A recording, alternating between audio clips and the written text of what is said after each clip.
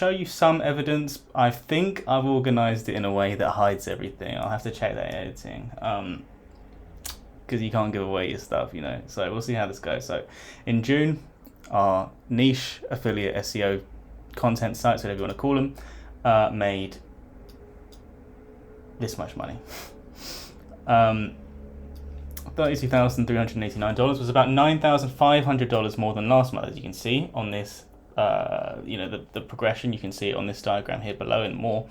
We did about 22,700 last month, and then we did 32,000. Now, I didn't think it would be that different.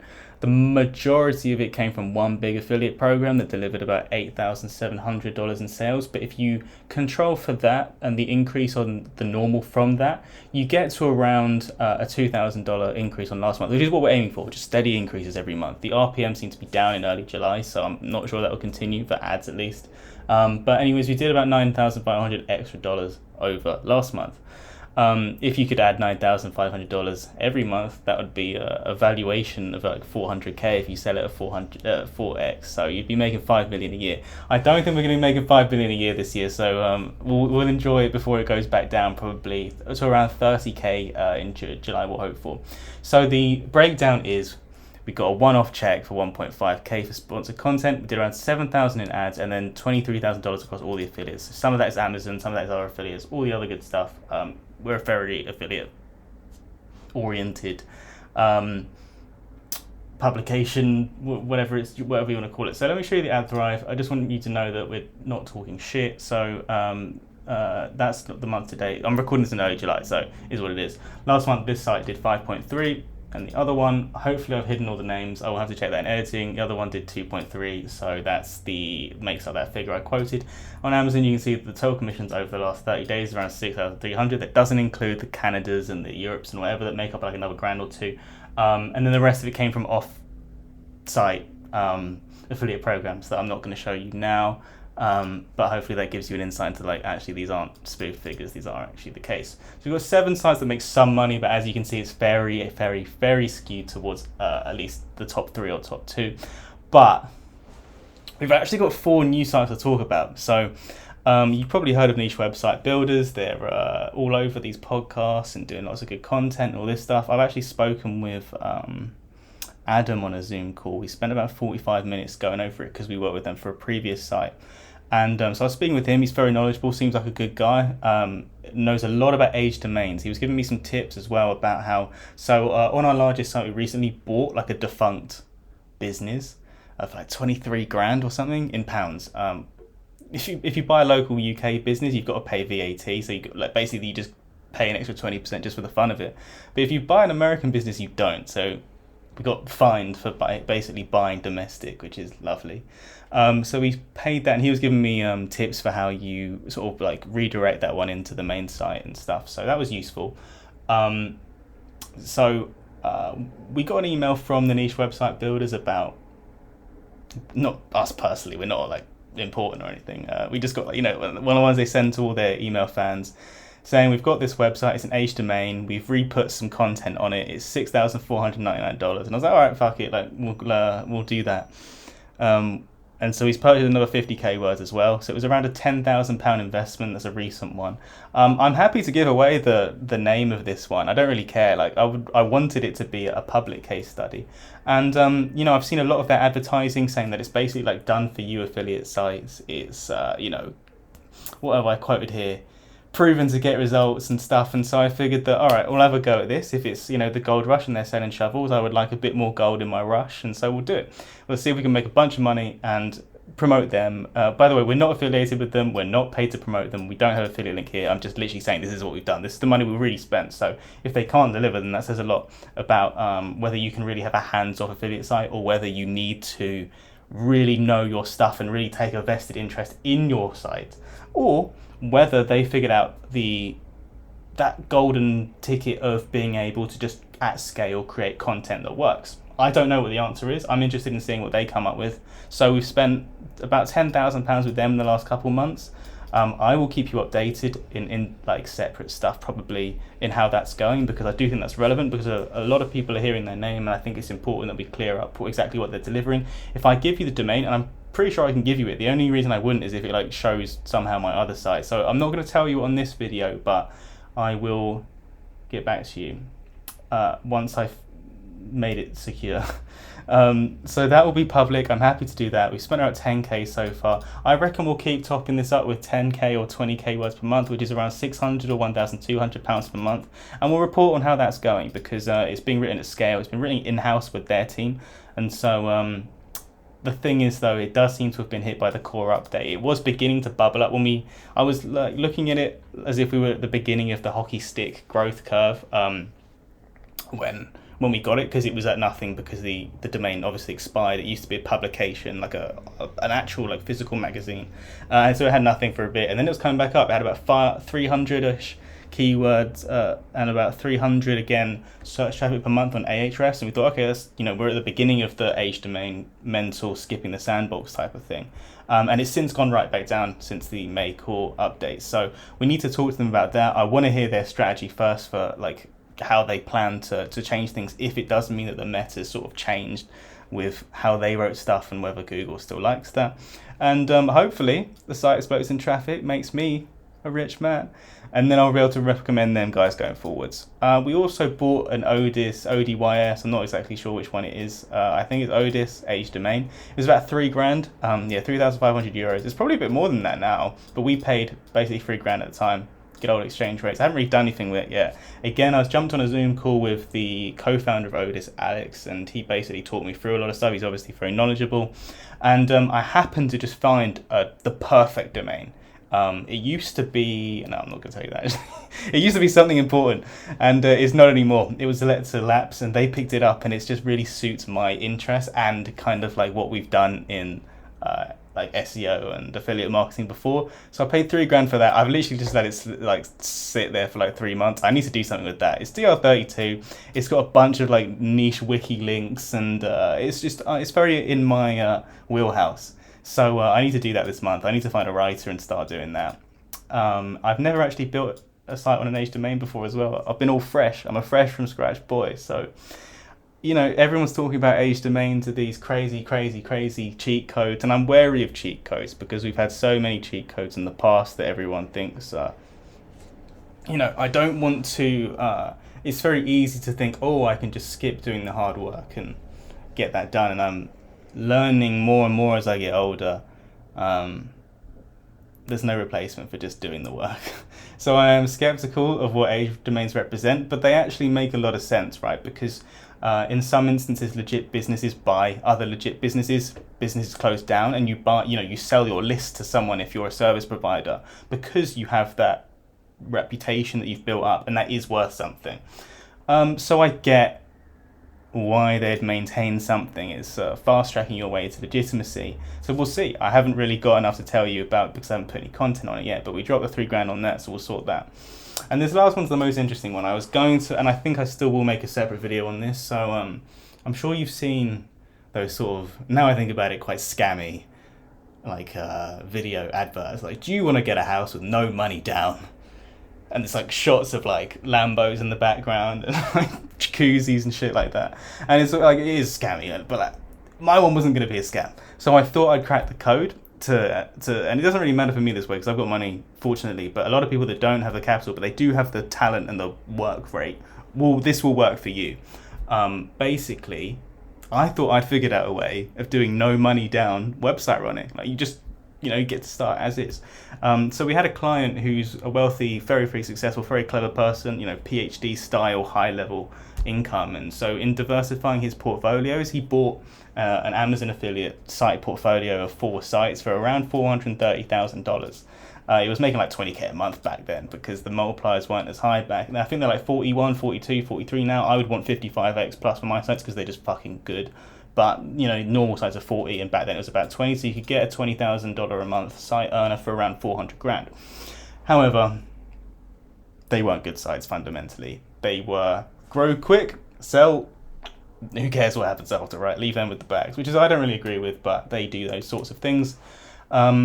And so we came to him when they'd basically dropped off the map, but they had historic DR because they'd done something. They had a few spammy PBNs and stuff, which I don't really like working with those. We had to get rid of those, but We struck a deal with no money down. We would come in and we'd sort the content. And then when the revenue went above a certain figure, around $1,000 a month, we would get 50% of the revenue above that figure. But the main part, which I'm interested in because I'm a long-termist, is that we'd get 50% up to 50% of the final selling price if we sold them for above that original figure that he paid them for.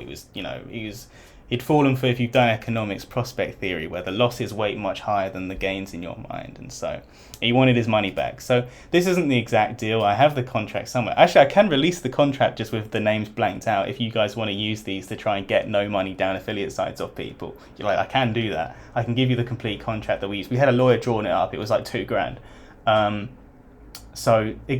As you can see from this, if we sell it at 100k, we might only get 10%, so you only make that. But if you sell it for 3 times more, you get 9 times more earnings. So it encourages you to grow it high, because it's got to be performance incentivized. So that's what you get for no money down, is you're not making the majority of it unless you do really well, which is how it should be. Otherwise you should have to buy your way into the affiliate site. So you basically run them for someone else who's willing to let you in. If you can prove that you can deliver, you do all the content, and then if it makes a certain amount of money, you get a bit of a cut. Which basically makes it no money down SEO and getting into already revenue producing niche sites, usually ones that are crashed and burned that the people don't want to invest in. But then you come in and go, don't worry, I'll sort this out. You get to skip the sandbox. You basically get an existing site with historic authority, and they get content and an opportunity to get back in the game, but they sacrifice some of their equity in their site in order to do that.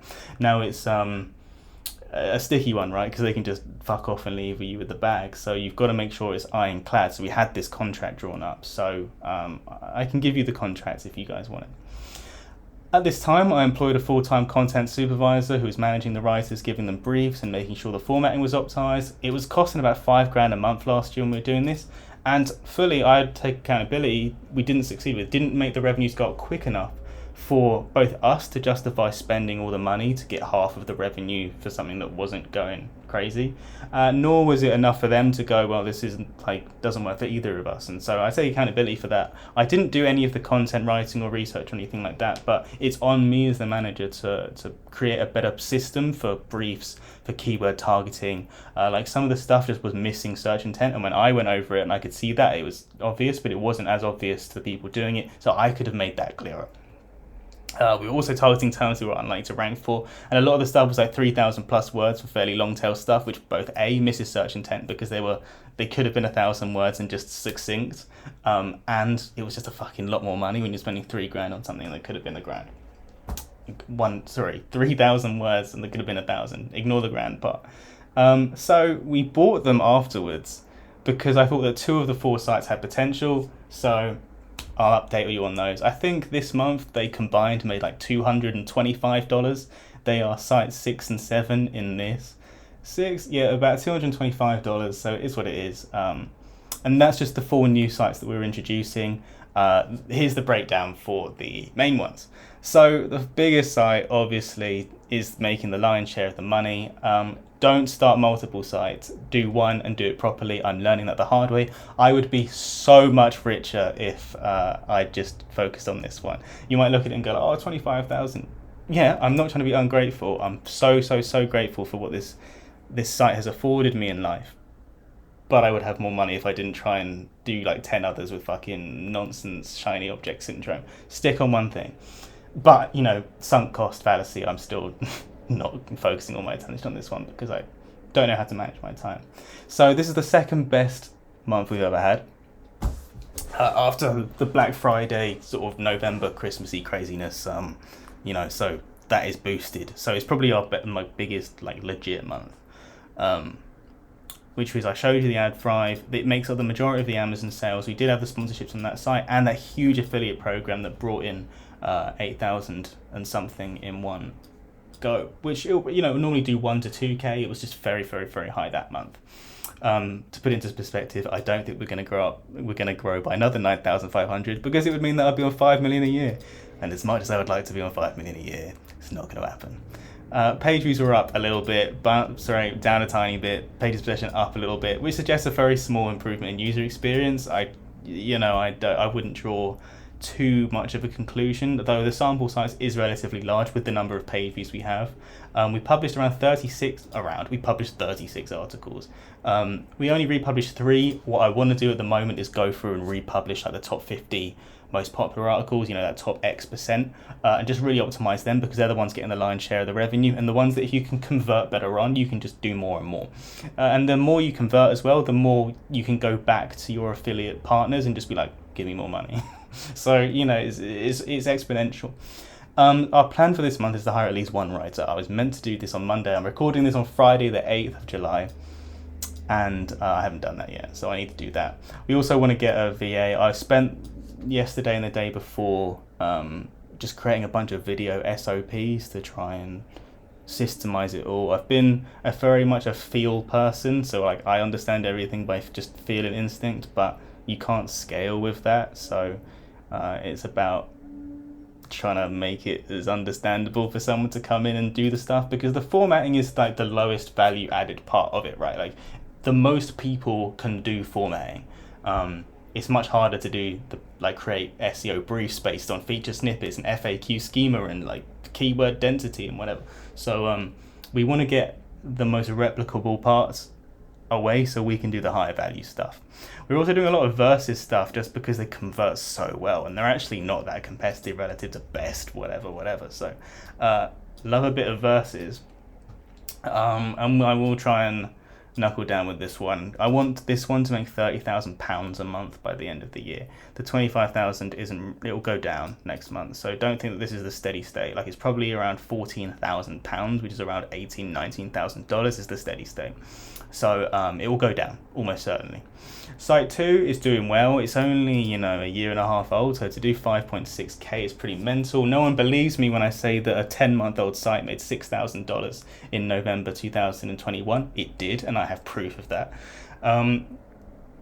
So you can, and there was a fresh domain. It's gone down a little bit. It got hit by the December product updates, and then went right back up again in the March product review update, which is mental because it hadn't had any new stuff. So I think Google just got that one wrong. It made 2,300 from ads, as I showed you. It made up the most of the rest of the Amazon affiliates and made a little bit extra than normal on the other affiliate programs. Normally it'd do $200, $300, $400 on all the other ones combined, but it did over $1,000 this time. So I'm very happy about that. I don't know if that's going to last in the long run. I really haven't done my thoughts too deeply on that. I've even said I think they performed above expectation. I think that it will reverse to the mean and will be about 5,000 because it's shrinking a little bit because I haven't focused on it. We only published 8 articles and they weren't super life-changing ones. I want to hire another writer. We've had one writer start recently who is amazing on knowledge of the topic. He really understands the topic well, but he's not a native English speaker, and while he speaks very good English, that last 5% of stuff can sometimes mean that that lack of clarity is there, that we try and make our posts as accessible as possible so that anyone can read them, even if you're French and speak good English but not perfect. And so there's that little 5% that we're training on. Other things that slip through are things like passive versus active voice that I'm just really big on. But he's willing to learn, so hopefully he'll go there. We might hire another writer as well because we do need to scale up the content. We want to hit £10,000 a month by the end of 2022, which is about 4.5 now. You do get about a 70-80% boost in November and December, so it's probably around 7,000 in peacetime is 10k in the wartime of Christmas. So we need to make about 2.5 extra pound, so about $3,000 extra in that. It'll be tough, but very happy with this one. It's not a high DR site, and it outranks DR90s just because of the content. So if you think that affiliate marketing is dead, then just make good affiliate content, basically. Site 3 got hit by the May May core update. I can't speak. So that's unfortunate. This is the only site that I've ever hired a full-time person to work with. He works at the office 2 days a week, and he's able to just really crank out content because it's his full-time thing rather than working with freelancers. If I found amazing full-time people for all my sites, I'd try and hire them because I'm a big fan of just having someone who can really focus, really enjoy and get into the topic deeply to produce just the best results. So I'm a big fan of that, but obviously money is not unlimited to hire these people, and it's not easy to find people. But this one for this site just worked out in the end. So this is the only full-time employee I have, works full-time just managing this site basically. And so unfortunately we focus on two different niches. One of them features the topic that makes the majority of the money, and one that we're just very bullish for the future that can deliver, because we've seen other sites do really well with low DRs in that niche, is the one we're focusing on. But unfortunately that may have contributed to it being hit by the core update in May, because one of these posts on this site makes up like 99% of the revenue, and that one got hit. And so we were doing just under $2,000 a month last year, and now we're down to $788 this month, which is unfortunate. We don't run ads on it yet, just because we're going to wait until 30k page views to hit AdThrive app. You might think it's 100,000 page views to join AdThrive, but if you're already on AdThrive, you can get on with less basically. So we need 30,000 to join there, and that'll instantly see a boost of like $700-800, assuming like a $26-27 RPM. We don't know for sure though. Like you don't like all the topics can be mental. So it's disappointing. We bought this site actually. It's the only one on this list that we bought. The others we started from scratch. That one was $28,000. So at current earnings, it's about even on the market value, but we are spending a fair amount, because you can guess to yourself what a salary for someone in London writing on your site full time is. But I'm bullish on this one. I think it's going to be successful. We're able to publish 20 really high quality things every month, as well as just when you have someone full time, you can just strategize better. The little things can be done properly, rather than just having freelance stuff go up everywhere and then it doesn't really the internal links aren't right. There's not that same level of care. So I expect to see this one perform the best in the long term, to be honest. And I think it's a niche big enough where, honestly, I want this one to be a £5 million asset in like 5 years. I'm going to be honest with you. Site 4 is a new one. It was doing like 40 or 50 people a day until the core update in May, and now it's doing 250 a day. So thank you very much, Google, for taking away $2,000 a month with that first Site 3, and then giving 5% of it back with Site 4. Great trade. We published about 9 articles, but they're not that great.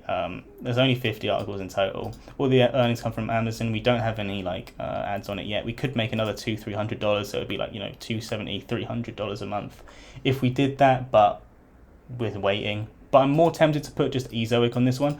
Everyone thinks that Ezoic is bad. Ezoic is top tier. You'll only get like 15-20% more if you go to Mediafire or Mediavine or AdThrive. They're really good, and they're really friendly. I've had such good interactions with everyone there. No sponsor, by the way. I just think that they do things well there. People say that they can slow your site down, and they can, and they do, but they have built tech. I think they've built something called Leap that tries to deal with that. I haven't checked. I think it did improve Core Web Vitals when they added it, but I can't give you any data yet. Site 5, fuck Site 5. Actually, we bought this one as well. It's $5,500. Haven't done anything with it. It's declining. Our time is simply spent elsewhere. It's like we know that we could rescue it, but we can make so much more money doing our main sites that it's tough tits. Let it go. And these sites 6 and 7 are the ones that we purchased. They're earning about $225 total, all Amazon. Again, we could earn maybe $100, $200 more on ads, but I'd rather wait to grow them, though we haven't posted anything recently. I need to find writers for these sites, and we've got another 10-15 drafts there, because we outsourced a bunch of stuff to word agents who do good stuff, but they need to be given careful briefs, especially for affiliate stuff, because I'm just very picky, and I think that it needs to be perfect. And we also have a duty, if you're going to do affiliate stuff, to really add value to people. I'm very passionate that we're not just going to be just takers that take and try, without giving good helping people make the right decision. And the better you're able to help people make the right decision for them, the more money you'll make. So word agents are good, but they can't operate in a vacuum, right? They're not subject matter experts. You need to give them fairly micromanager led briefs, so they know exactly what to do, and so they don't stray into areas that they don't need to go into, or tell you information that you don't need to know. So we need to do these briefs, we need to get all of that sort of stuff, and we need to find more writers. I reckon that these ones can make a couple extra grand a month, and then we can sell them on for 100-150,000, which would be amazing. So to summarize, it was a good month. It performed way above expected value. I'm not going to sit here and say that we're always a 32 grand a month earner. We're not. But here's what we plan to do for this month. We plan to sort things out with a VA to try and make our system better. We need to hire at least, I'm probably going to go for 2 writers for our main site, 1 writer for our second site, 1 writer in site 4, and writers for the new sites. That is meant to say 6 and 7. Site 5 is the one we've let die. We need to perfect our single product review templates for each niche. So we crush the buyer's guides, right? The best whatever for whatever. We crush those. We're the best in the game at those. I want to see someone who can outdo us on those. Like if there was like a reality show competition to write affiliate articles, we would win the prize.